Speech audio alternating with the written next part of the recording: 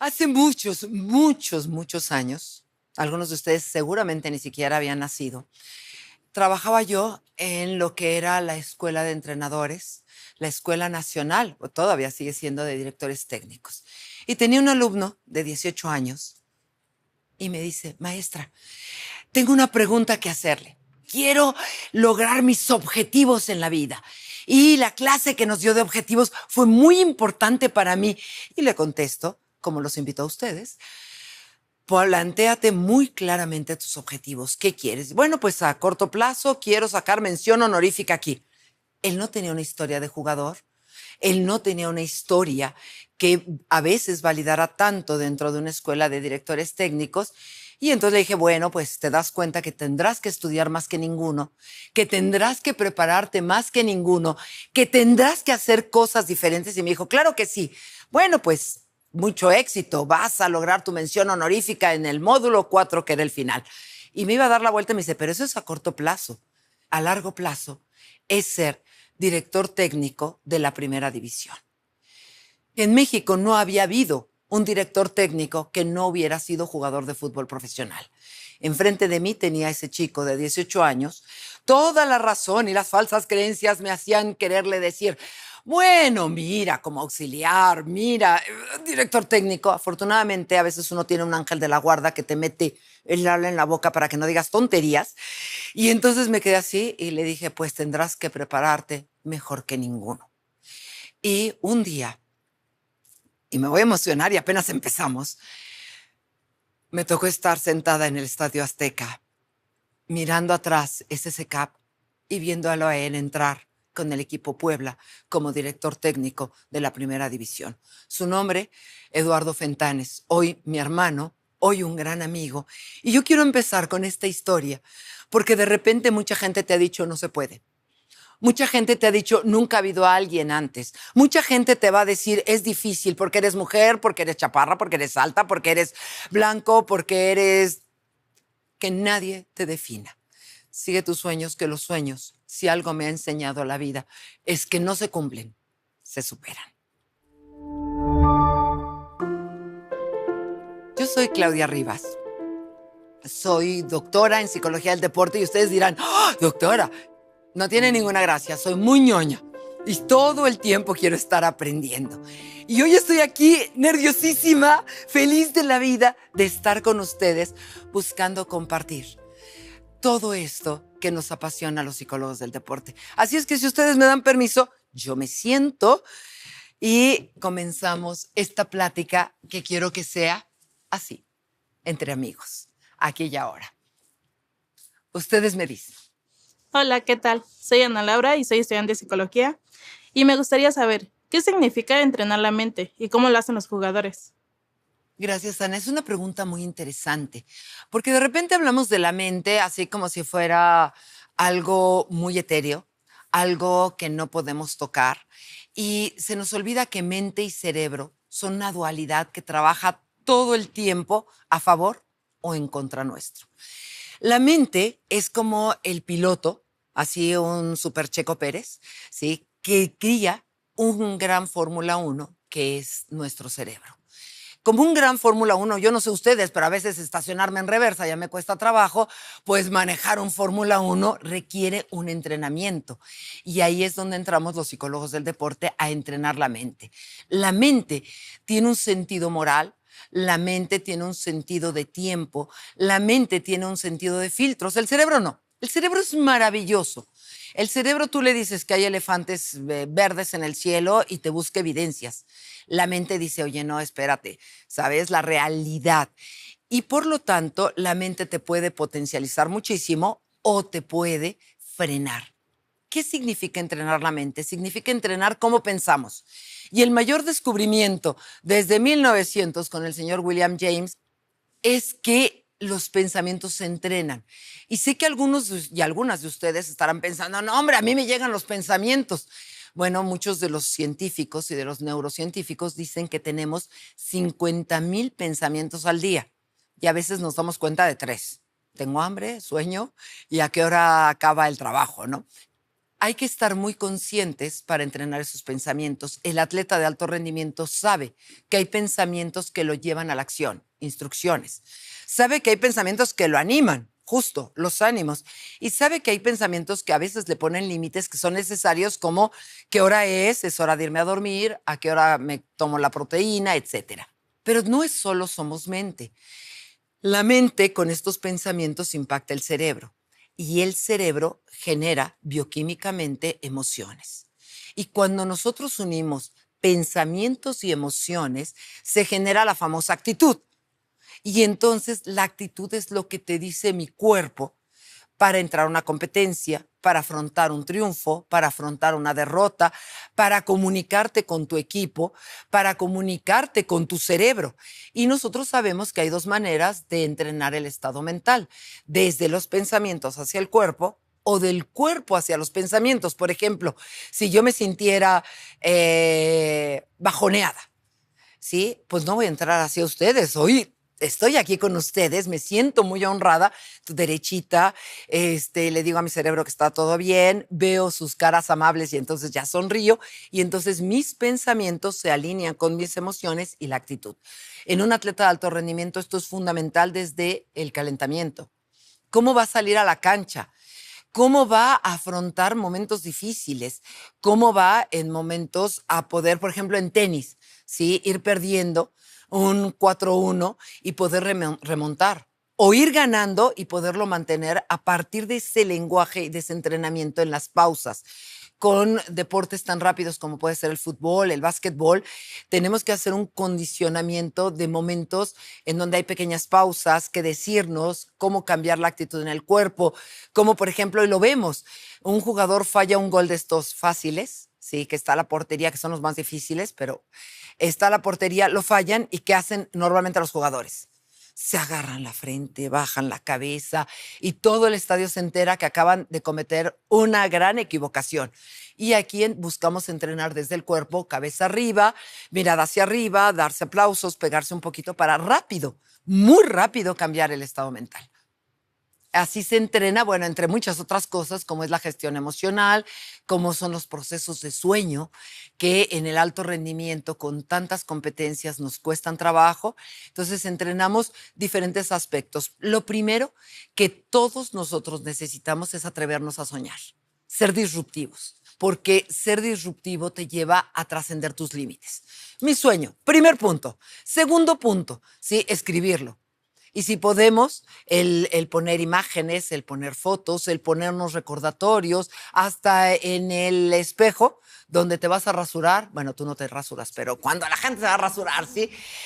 O a peinar, ponerlo ahí, ¿sí? El sueño, lo que quiero. Después bajarlo a objetivos. Sí, el sueño está muy bien, pero ¿cuáles son las escaleras para lograrlo? Para conquistar el Everest, todo es cuestión de dar el primer paso, el más difícil. Después, comenzar con algo que nos dicen muchas religiones y que no entendemos cómo en nuestro cerebro esto ayuda: agradecer. Y hay un ejercicio que me encanta, que es: escribo algo que agradezco o 3 cosas. Y lo voy poniendo hasta que cumplo un mes de 3 cosas diferentes. No se vale repetir ni estar como loro. Y esto obliga al cerebro a buscar que sí hay. Y cuando el cerebro se da cuenta de lo que sí hay, busca más. Después buscaría, y esto ya lo pueden encontrar prácticamente en cualquier plataforma, ejercicios de respiración y de meditación, porque no tienen que irse con nadie al Tíbet a meditar 3 horas. Yo tengo, creo que toda la vida entrenada en estas técnicas por mi papá, y lo más que podría meditar sería por ahí de 15 minutos, y es muy difícil esto de la mente en blanco. Pensemos en un punto, pensemos en una música, pensemos en nuestro sueño realizado. Entonces es importantísimo aprender a hablarnos con respeto, aprender a reconocer nuestras emociones, honrarlas, aun las que se sienten feo, y después gestionarlas. ¿Qué voy a hacer yo con esa emoción? Puedo estar triste y se vale. Y hay momentos en que nosotros en el deporte pasamos momentos muy tristes. A nadie le gusta perder, y sobre todo campeonatos o momentos importantes. Y entonces se vale llorar, en un lugar seguro, con las personas seguras, en un momento seguro. La gestión emocional es fundamental. Y después entrenar nuestra actitud desde el cuerpo. Y no es que yo quiera catequizarlos, pero empieza con 20 minutos de caminar, con 20 minutos de hacer un poquito de ejercicio aeróbico. Así se entrena la mente, con ejercicio aeróbico. Y para nosotros todos los días oxigenarnos, ejercicio de respiración, como lo había dicho, pero por sobre todas las cosas, cuidar lo que consumes a nivel de pensamientos. ¿Qué ves? ¿Qué escuchas? ¿Cómo te hablas? Pero es que a veces hasta entrenando la mente llegamos a tener pensamientos desordenados. Y estos pensamientos desordenados vienen de algo que escuché, por eso hay que tener mucho cuidado, y ustedes que están aquí como más jóvenes, con quiénes se relacionan. Porque si tú te relacionas con 4 deportistas, tú serás el quinto. Pero si tú te relacionas con 4 personas que están tocando timbres, pintando casas, con acciones inadecuadas, tú serás el quinto. Entonces sí hay que tener cuidado con el contexto, porque de lo que hablas con tus amigos, tu cerebro se nutre. Y si mi cerebro se nutre, sí, de estar hablando de cómo está mala la vida, de cómo hay guerras en el mundo, de cómo todo lo negativo, mis neuronas que lo están escuchando se estimulan de eso.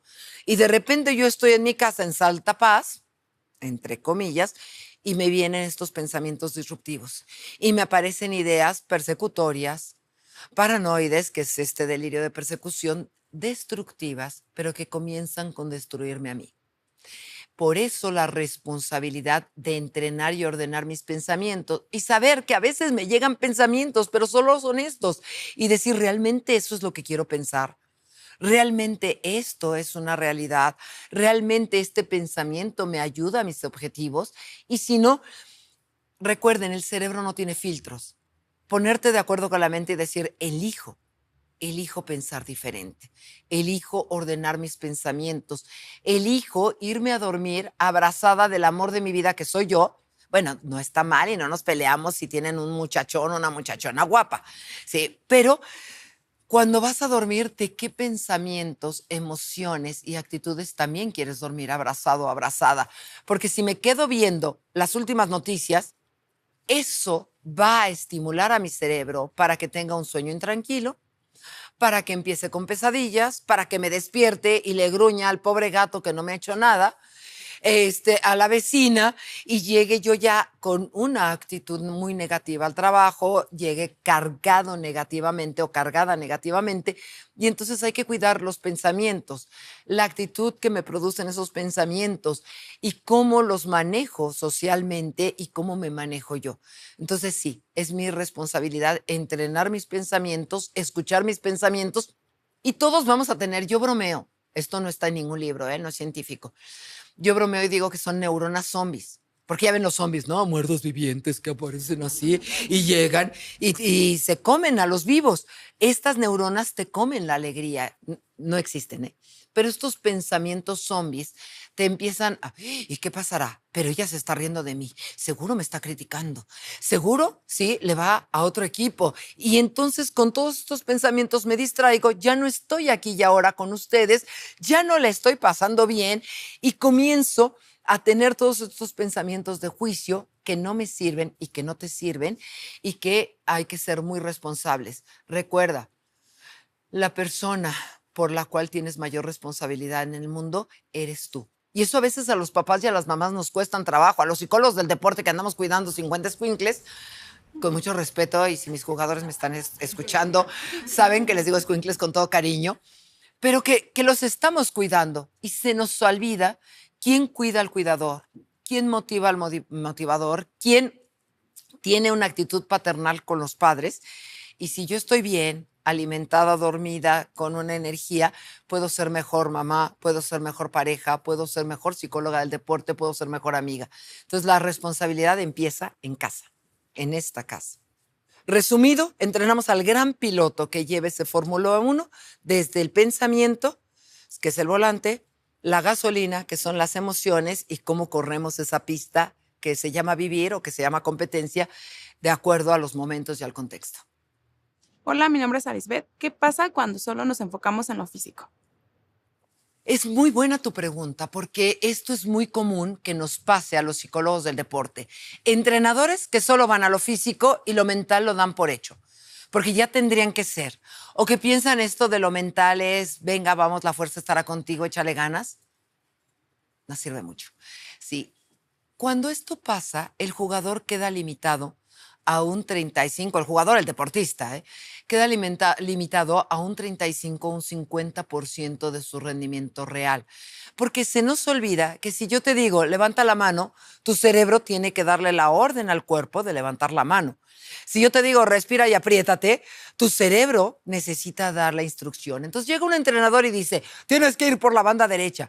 Y el deportista está pensando, la banda derecha, ¿cuál es la derecha? ¿Esta es mi derecha? No, creo que esta es mi derecha. Y entonces, ¿por qué? Pero me va a ver la gente, pero entonces se van a reír de mí, pero y ya no está en el presente. O está queriendo hacer demasiado bien las cosas.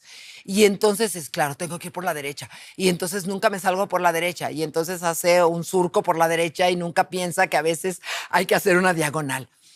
Pero esto nos pasa también a nosotros cuando pensamos que solo somos un cuerpo y cuando pensamos que solo tenemos que alimentar un cuerpo y se nos olvida que el cerebro es un órgano voraz. Nosotros necesitamos hidratarnos y alimentarnos para un cerebro que consume mucha energía, literalmente, que necesita estar hidratado. Y entonces, cuando un entrenador entiende, porque es muy curioso y lo escuchas, es que esto fue mental. ¿Y a qué hora me das? 10 minutos para entrenar con ellos, concentración, manejo de la gestión emocional. Y a veces te dicen, 5 minutos, tienes 5 minutos. Y tú, 5 minutos. Ok, para rendir, 107 minutos, que sería un partido de fútbol o unos Juegos Olímpicos, o una competencia que aunque ustedes lo vean ahora que pasaron las competencias, los Juegos Olímpicos de invierno, dices, ay, están 3 minutos en el hielo para llegar los patinadores olímpicos de esos 3 minutos, y yo he trabajado y patiné en hielo, son horas, horas pasando fríos, horas quitándote los patines y que los dedos te sangren.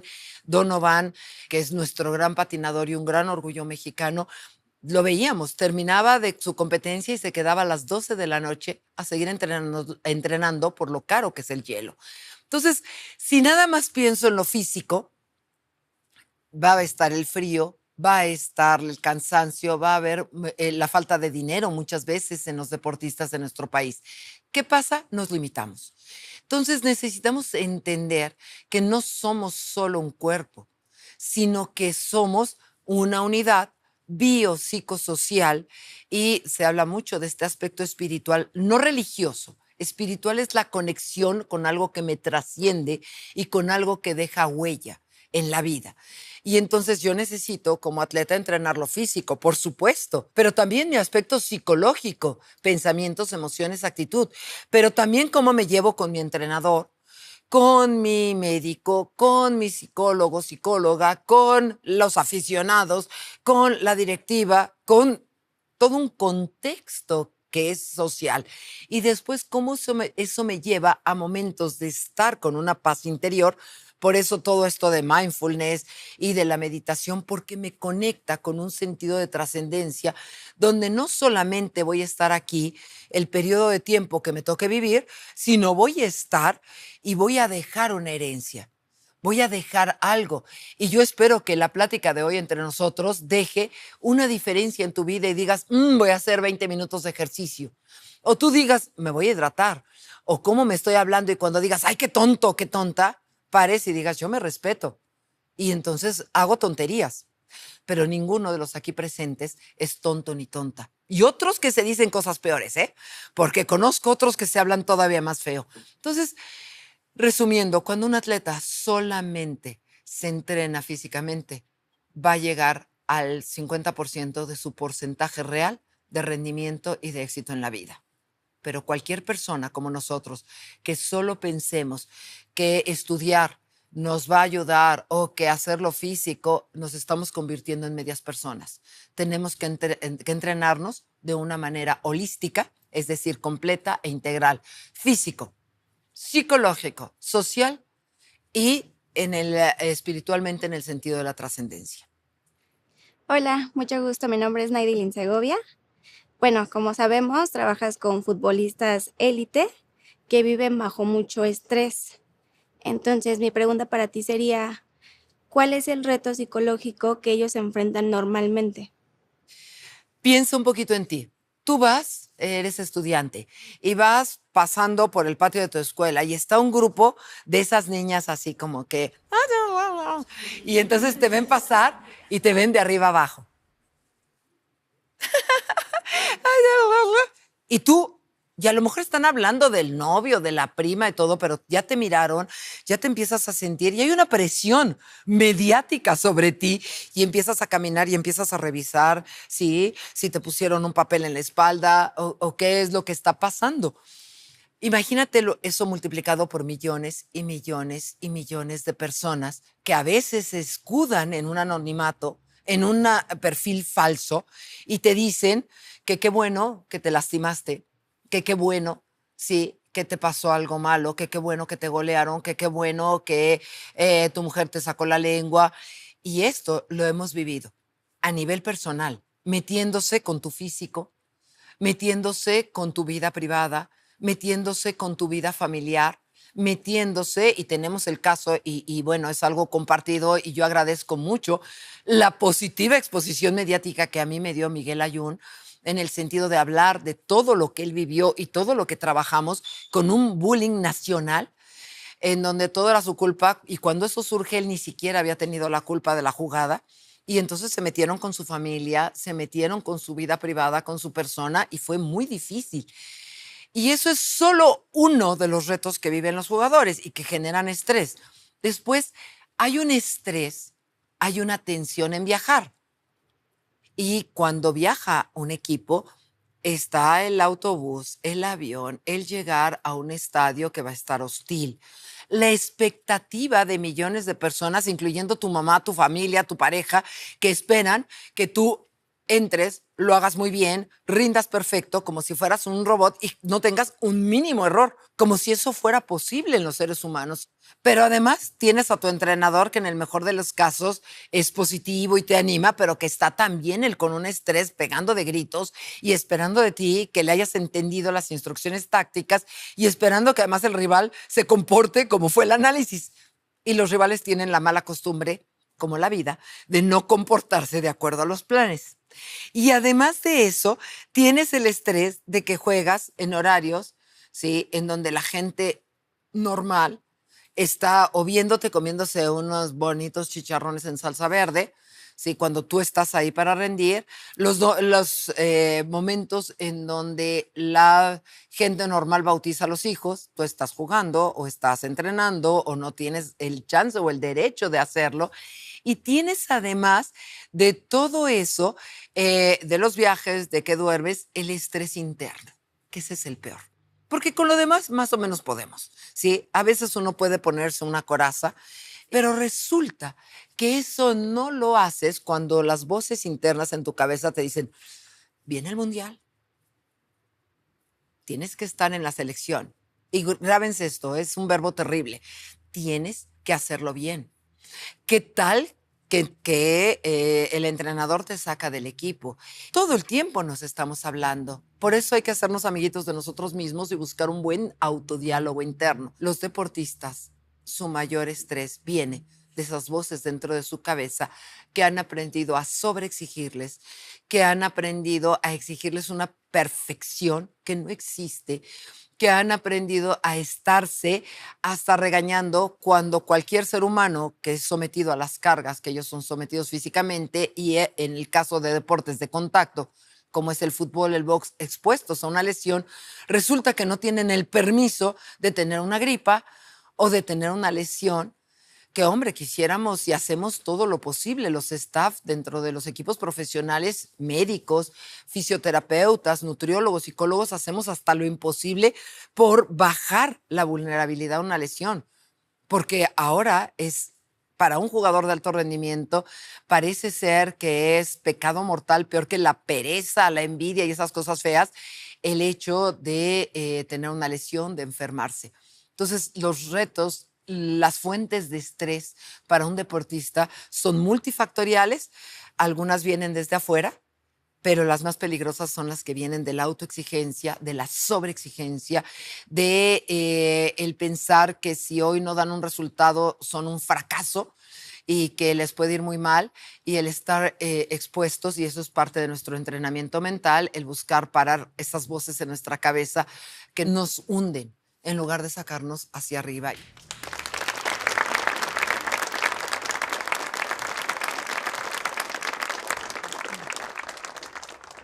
Mucho gusto, mi nombre es Raúl Ortiz, soy estudiante de Psicología Social y me gustaría preguntarle si existe una relación entre lo que sentimos, las lesiones físicas o el rendimiento corporal. Totalmente. La relación es todo el tiempo. Los pensamientos cambian las sensaciones del cuerpo y viceversa, ¿sí? Te paras muy feliz de la vida y todo, y de repente te comes el huevo podrido y andas con retortijones. Pues ya empiezas a no ver la vida tan bonita, me duele el estómago, pásenme algo para el córrele que te alcanza, y entonces se afecta también tu estado emocional, ¿sí? Hay personas que me han contado también, que si su equipo pierde no andan muy felices un buen rato, aunque sean psicólogos y tengan doctorado. Sí, te afecta la circunstancia, el resultado, y te duele el estómago y andas así, te salen púas y te transformas en un ser un poquito desagradable un rato. Sí, al rato te vuelves a poner en un modo más agradable. La influencia de las emociones, y por eso hay toda una rama de la medicina que es la psicosomática. Por eso es importante trabajar nuestro mundo emocional, es importante trabajar cómo recibimos las señales del cuerpo y qué hacemos con ellas, cómo están tus pensamientos en este momento, cómo es la realidad que te estás creando en este momento. Y esto influye emociones, sistema inmunológico, grado de tensión. Si yo estoy tensa, pues evidentemente alguien me da un golpe y es más fácil que me contracture, que me desgarre, que me lesione, que haga un movimiento. Si yo estoy más a gusto, en un balance, porque tampoco muy relajado es bueno para la competencia. En la competencia hay que tener un gradito de estrés. Entonces, sí, cuida lo que piensas, cómo gestionas tus emociones, porque tu cuerpo tarde o temprano te va a pasar factura. Y cuida tu cuerpo, porque si tu cuerpo está mal cuidado, mal hidratado, tarde o temprano tus pensamientos y tus emociones te van a pasar factura.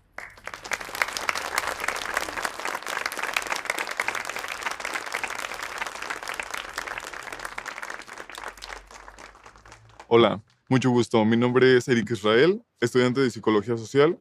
Y bueno, mi duda es, muchas veces pensamos que los grandes atletas nacen con un don especial. ¿Usted cree esto o cree que el talento es algo que se construye? El talento, hay una parte genética que no podemos negar. Sin embargo, no pasa de un 25%. A lo largo de todos estos años trabajando y estando desde fuerzas básicas, yo he visto jugadores de gran talento que no han llegado.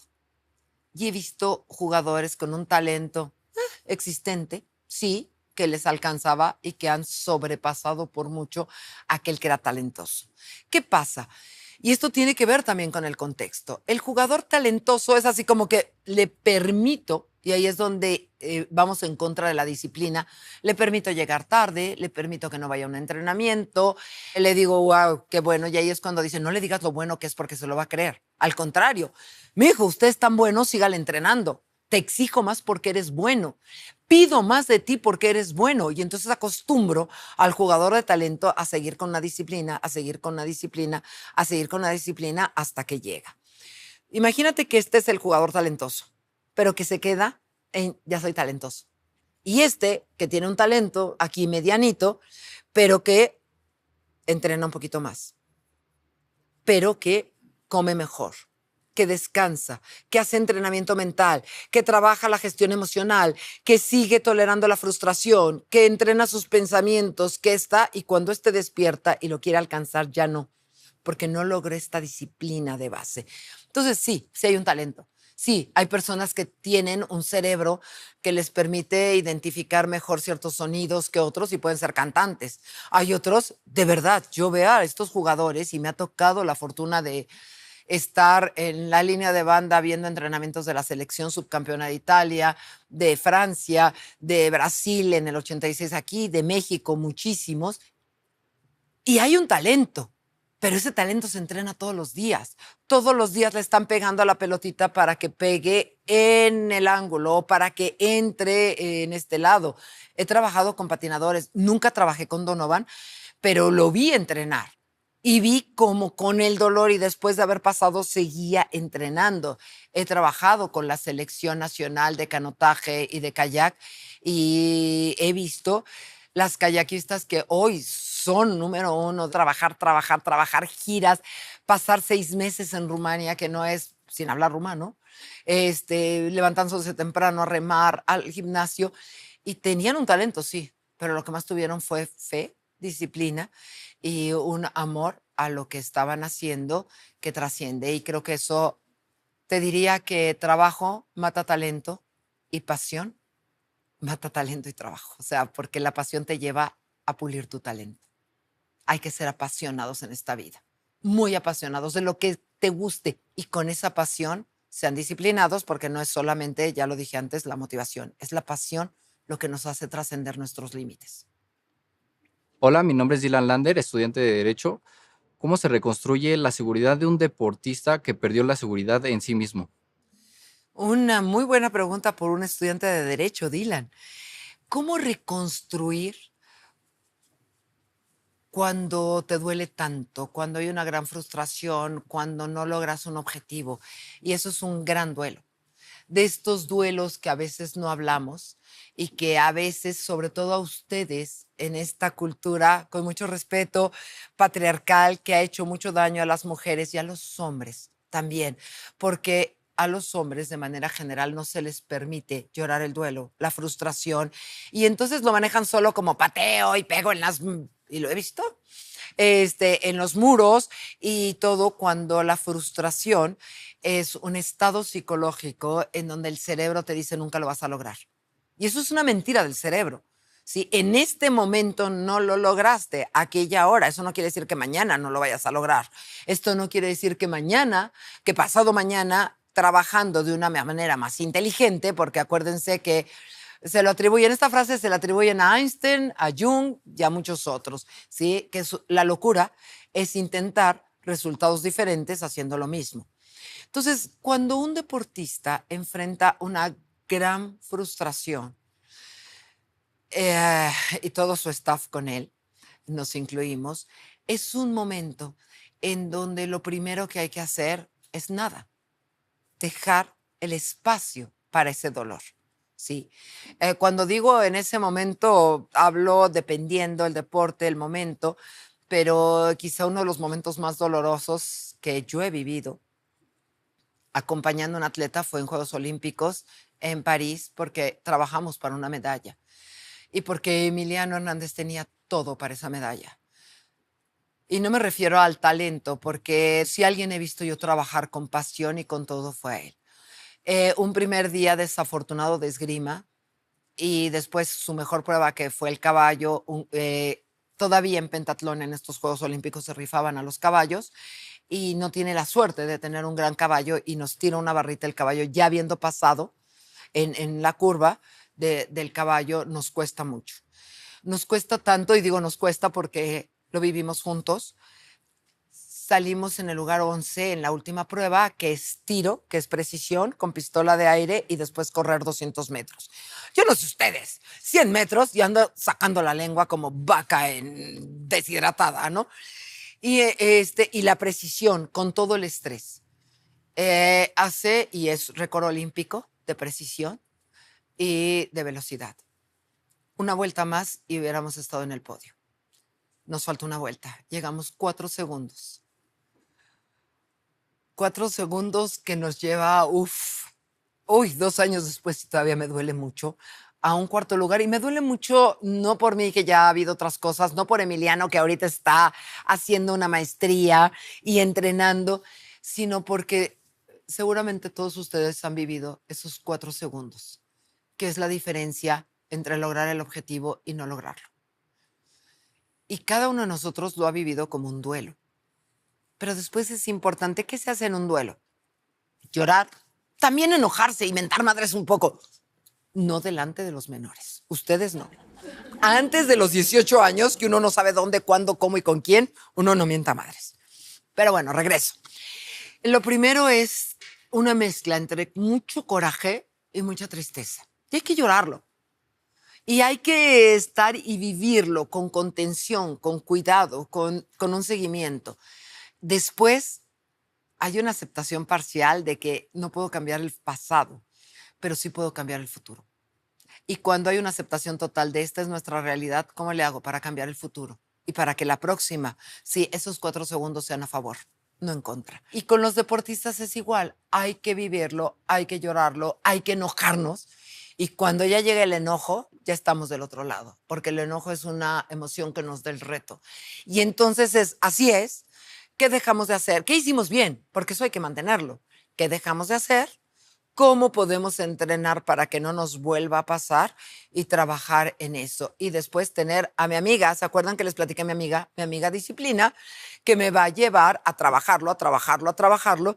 Todo es cuestión de disciplina, de práctica y de orden.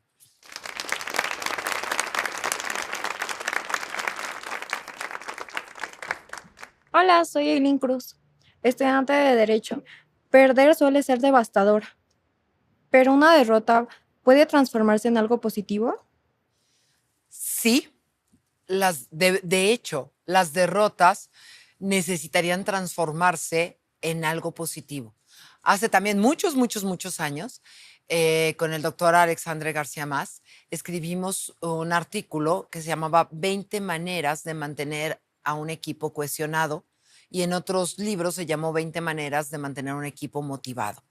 Y ahí hablábamos que las derrotas pueden ser a favor de un equipo. O sea, no solamente pues bueno, ya perdimos, sino cómo transformarlas en aprendizaje.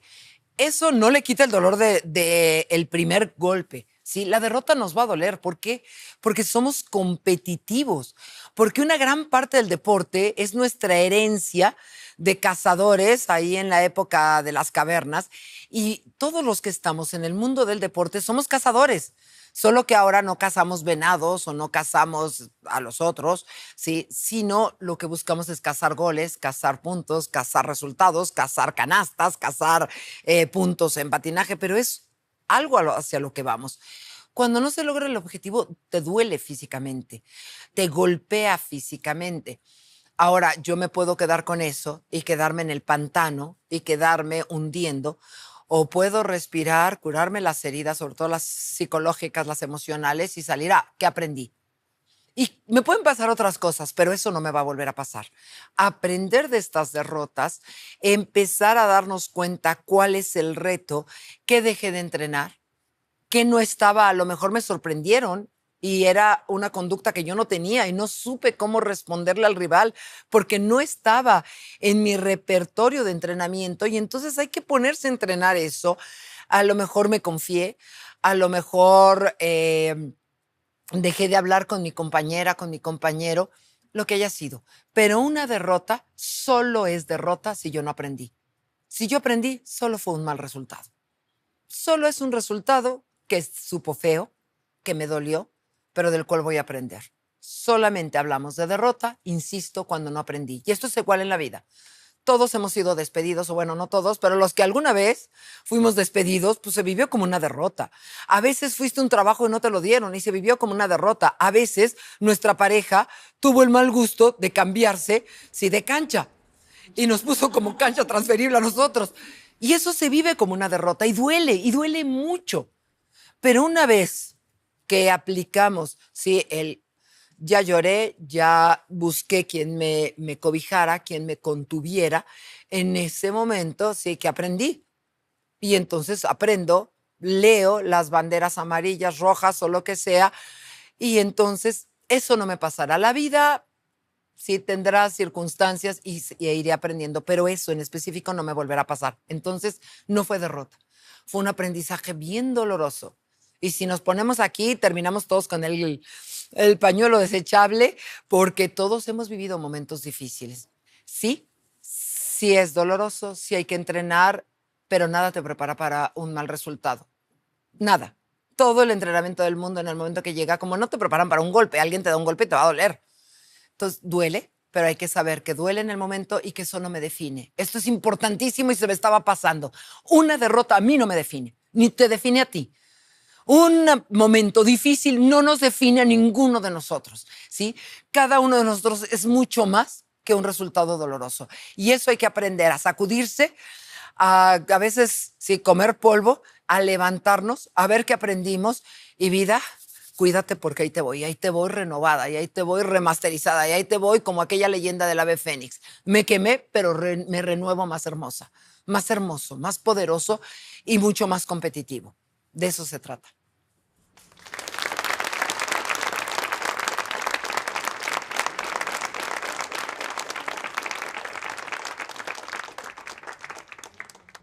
Hola Claudia, un gusto, servidor amigo Ángel Daniel, padre de familia. Me gustaría saber cómo puedo hacer para que mis hijos o hasta yo mismo tengamos una mejor concentración y si esto nos lleve a cumplir nuestras metas. Gracias, Ángel. La concentración comienza en el cuerpo. Eso es algo que no nos han enseñado.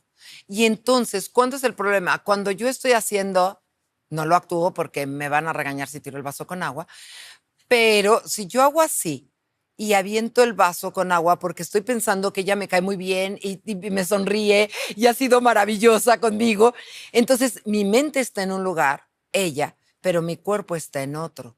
Y en ese momento es cuando voy ante la portería, está vacía y pienso, Dios, está vacía, está vacía, está vacía. Y la mando al asteroide 28 de la cadena de asteroides.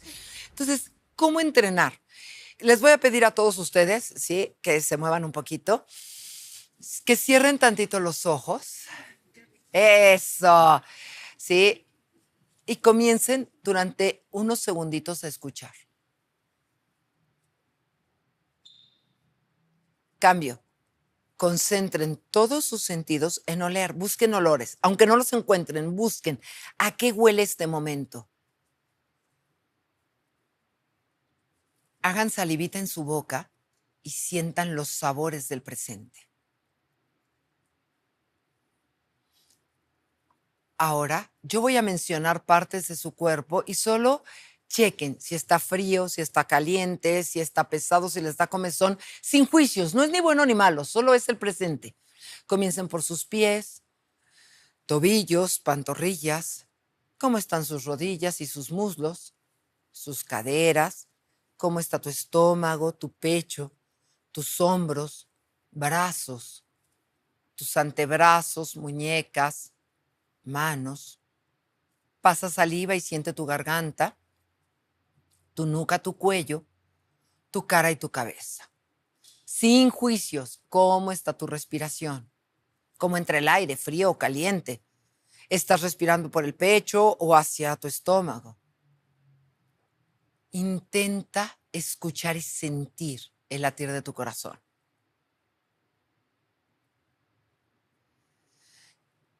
Y en un lujo, intenta descubrir qué emociones tienes en este momento y qué estás pensando.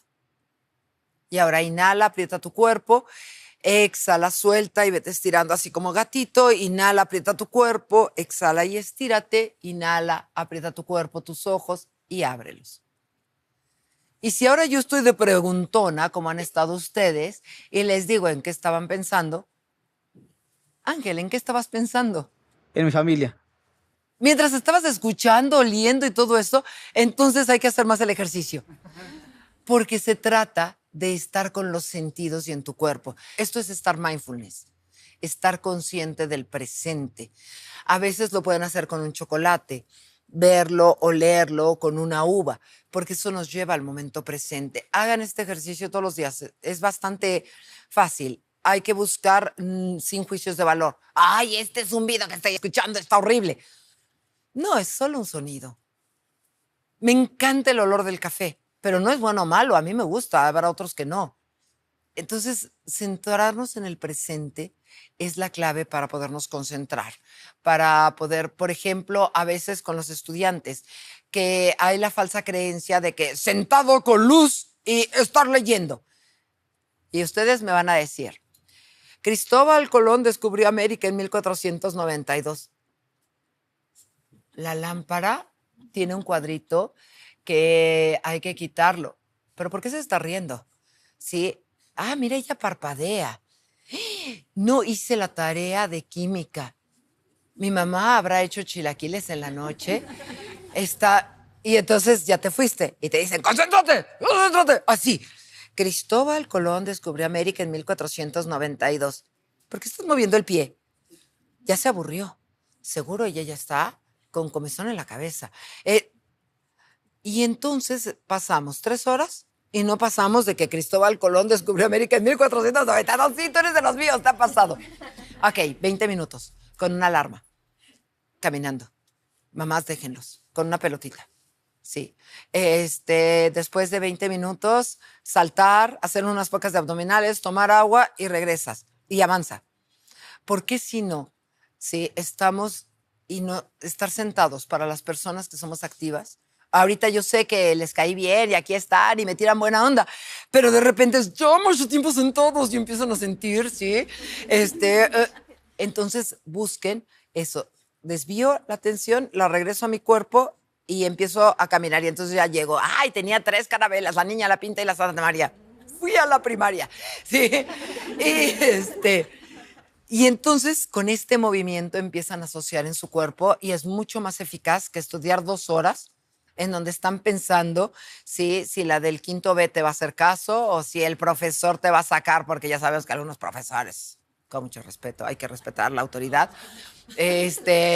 pero de repente se nos va y esto es señal de que tu mente y tu cerebro es muy bueno y es activo.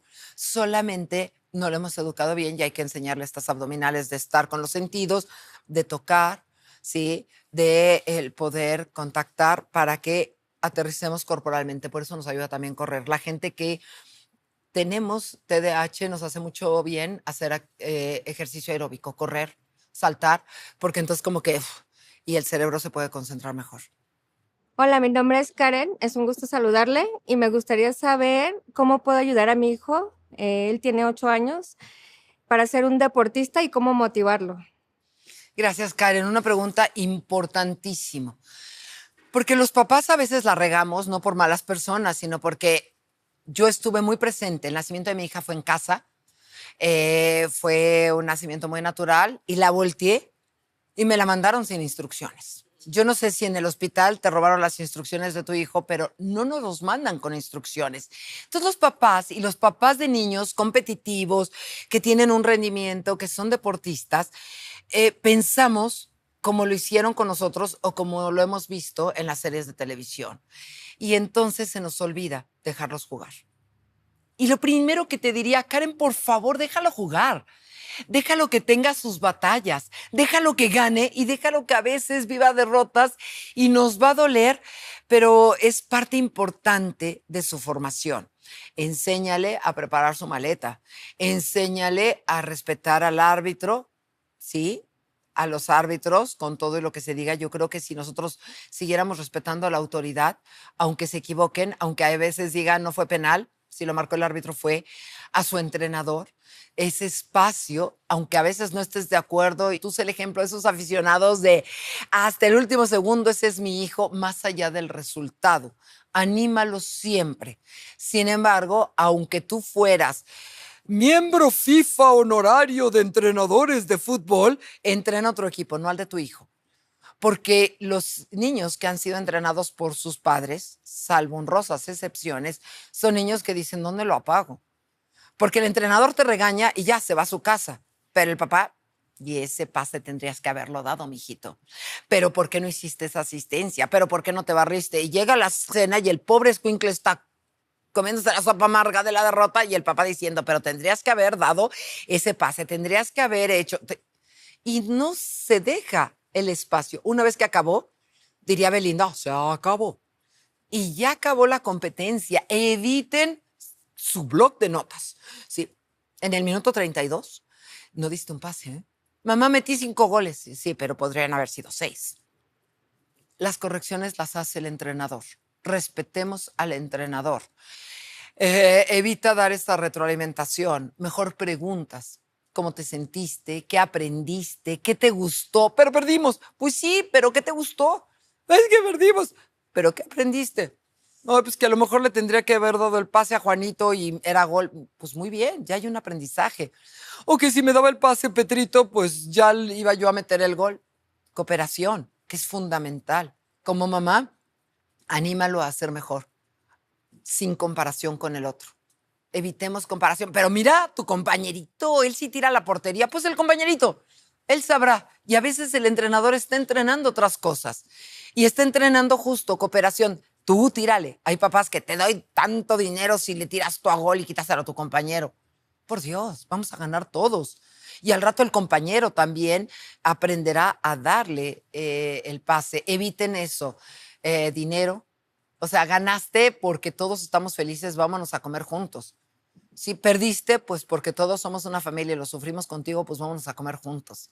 O sea, evitar premios y castigos, creer siempre en él. Y siempre, y sobre todo el poder de la visualización de las mamás es muy cañón, verlo en su mejor versión, acompañarlo en sus mejores momentos y recordar que primero hay que enamorar. Primero enamoremos a los niños de la actividad física. El deporte, ¿cuál es el mejor? El que sea. Que practiquen deporte. Es una inversión de vida. Para toda su vida será esa inversión. Después de que se enamoraron, pues sí empieza ciertos límites. Hay partido, hay descanso, hay un compromiso que tú adquiriste como joven deportista o como niño deportista. Entonces, pues hay que irnos a dormir, hay que cenar, hay que hidratarnos, hay que estar temprano en el entrenamiento, ¿sí? Y ya después él verá si es su camino. Nadie puede asegurar que un niño, por mucho talento que presente, va a llegar a ser Messi. A los 15 años se enamora y decide ser físico-matemático y decida que el deporte no es lo suyo. Y a lo mejor hay otro que no parecía que era tan bueno, que de repente en el cambio empieza a entrenar más y de verdad que, entre comillas, diríamos, se hace bueno, ya hablamos de talento, y entonces decide que eso. Yo tengo un querido amigo, que tampoco tengo permiso de decir su nombre, pero que toda su vida su mamá lo metió a nadar. Toda su vida a nadar. Y él así de suspiraba por ver a los que jugaban fútbol. Y la mamá, no, si vas a destacar en algo, va a ser en la natación. Eso sí, lo hizo largote, creció alto, alto, alto. Hasta que un día, por ahí de los 13, 16 años, dijo, ahora sí me sublevo. No voy más a nadar. ¿Cómo que no vas a nadar si tienes buenos tiempos? No voy más a nadar. Yo quiero de esos. Y si no me metes a jugar fútbol, no, ahora sí que no juego. Y no voy. Y pues a los 13 o 16 años, los que somos papás, bueno, vamos a llevar al escuincle al fútbol. Seleccionado nacional de fútbol. Nada más. O sea, y perdió el tiempo antes. No, la natación le ayudó muchísimo. En alguna conferencia, muy Muñoz practicaba básquetbol. Fue a jugar fútbol pues para completar un equipo, porque él era basquetbolista. Y la percepción que grabó, el movimiento del básquetbol, el trabajo con las manos, lo hizo un extraordinario portero. Entonces, apoya a tu hijo, sigue sus sueños, decide hasta dónde lo acompañas. Evitemos opinar de lo técnico-táctico, o evitemos quitarle autoridad a los entrenadores y a los árbitros, evitemos también sobreproteger. ¡Ay, mi hijito, pobrecita! No, le van a pegar. Y sí, se siente feo. A mí también siento feo y he visto a varios de mis jugadores fracturados por un golpe desafortunado y duele muchísimo, pero necesitan aprender a librar sus batallas, porque un día no vamos a estar. Y si nuestros hijos aprenden a librar sus batallas, tendrán más recursos. Y recuerden siempre, el deporte es el laboratorio que nos enseña a vivir la vida. Utilicemos el deporte y aprendamos a vivir la vida, no importa si somos sub 60 o sub 80. Nunca es tarde para empezar un deporte. Hola, soy Ingrid Cruz, estudiante de Derecho. ¿Qué le diría a alguien que está a punto de rendirse? Uy, Ingrid, tu pregunta es muy profunda, porque todos hemos tenido ganas de rendirnos en algún momento. Todos. Lo primero creo que no le diría. Creo que estaría ahí junto para escuchar la frustración, para escuchar el momento difícil. Sí, acompañar es algo que no valoramos y que nos hemos olvidado de solamente acompañar a una persona. Después le preguntaría, ¿qué pasa? ¿Qué pasa si te rindes ¿Cuál sería el costo? Todo lo que has invertido. ¿Qué es lo que perderías? Y después te diría, ¿y qué es lo que ganas? Evaluaría estos costos y estos resultados, estos beneficios, costos-beneficios, que es lo que los psicólogos llamamos matriz de decisiones, pero sobre todo a nivel emocional. Dejaría que sacaras la parte de frustración y después te diría, intentémoslo un día más, una semana más, un mes más. Dale, sabes, yo estoy junto a ti. Vamos esta semana. Y vamos con lo mejor de nosotras mismas. Después vemos. Y estaría contigo, codo con codo, y apelaría a tu espíritu competitivo. Y la siguiente vez que te quisieras rendir, a lo mejor no íbamos a estar juntas, pero te ibas a acordar. Y a lo mejor tú ibas a acompañar a alguien más. Creo que esto es importante. Jamás, ni tú, ni nadie, aunque suene a canción, ¿sí? Tenemos el derecho de traicionarnos rindiéndonos. Hacer pausas, sí. A veces hay que hacer pausas. A veces hay que respirar profundo. A veces hay que llamar a tu mejor amigo, a tu mejor amiga, a alguien que quieras, para que te abrace, te vuelvas a organizar y sigas adelante. Porque siempre, siempre se puede construir algo mejor el día de mañana.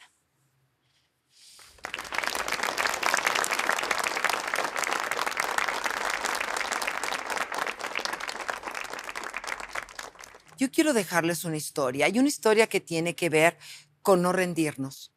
Una historia que tiene que ver con México. Una historia que tiene que ver contigo y con cada uno de nosotros. Hace 2 años, si no me equivoco, fue el huracán Otis en Acapulco.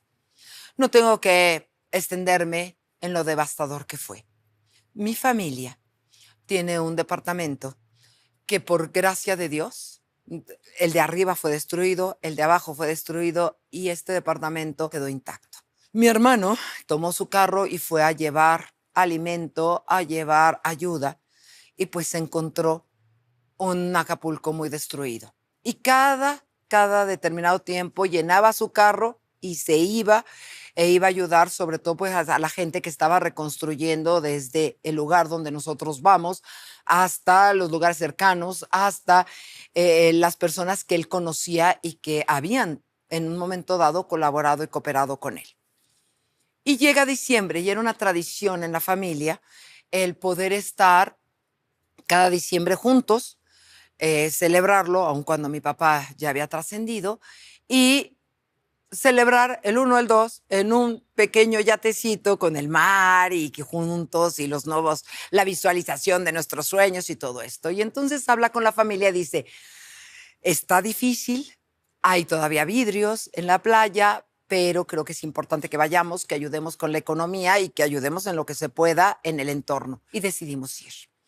Y entonces él pregunta si había de una flotilla de más de 30 embarcaciones, quedaban 7.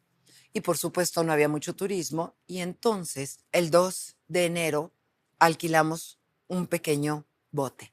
El capitán no pasaba de 25 años, 24, muy jovencito. Y estaba con esta necesidad de hablar de lo que había vivido y de lo que había visto, que es una necesidad psicológica. Y empieza a decirnos, no, es que aquí se estrelló uno y nos llevaba donde estaba estrellado uno. Es que aquí se hundió otro. Es que aquí, pues es que al final quedamos 7. Y mi hermano le pregunta y le dice, oye, ¿y tú cómo sobreviviste? Y su respuesta me pone la piel chinita, porque dijo, nunca apagué el motor. ¿Cómo? Sí, mis compañeros apagaron el motor. Y cuando lo quisieron prender, ya no pudieron. Yo mantuve el motor encendido durante las 5 horas de los vientos huracanados, donde no esperábamos la potencia de estos vientos, donde sí iba yo capoteando. Cuando esto terminó, yo pensé que estaba en Vallarta y no había salido de la bahía de Acapulco. Pero jamás, jamás apagué el motor. Y eso es lo que me tiene hoy vivo y a mi embarcación a salvo. Cada uno de ustedes, cada una de ustedes, cuando su vida se llene de huracanes, cuando su vida sea difícil, cuando te quieras rendir, no apagues el motor. Manténlo firme, mantén el timón y sigue navegando. Y si ahorita en momentos como país, como sociedad, como mundo, la situación es difícil, mantengamos el motor bien encendido, que esto va a pasar y podemos seguir construyendo un mejor mundo. Gracias por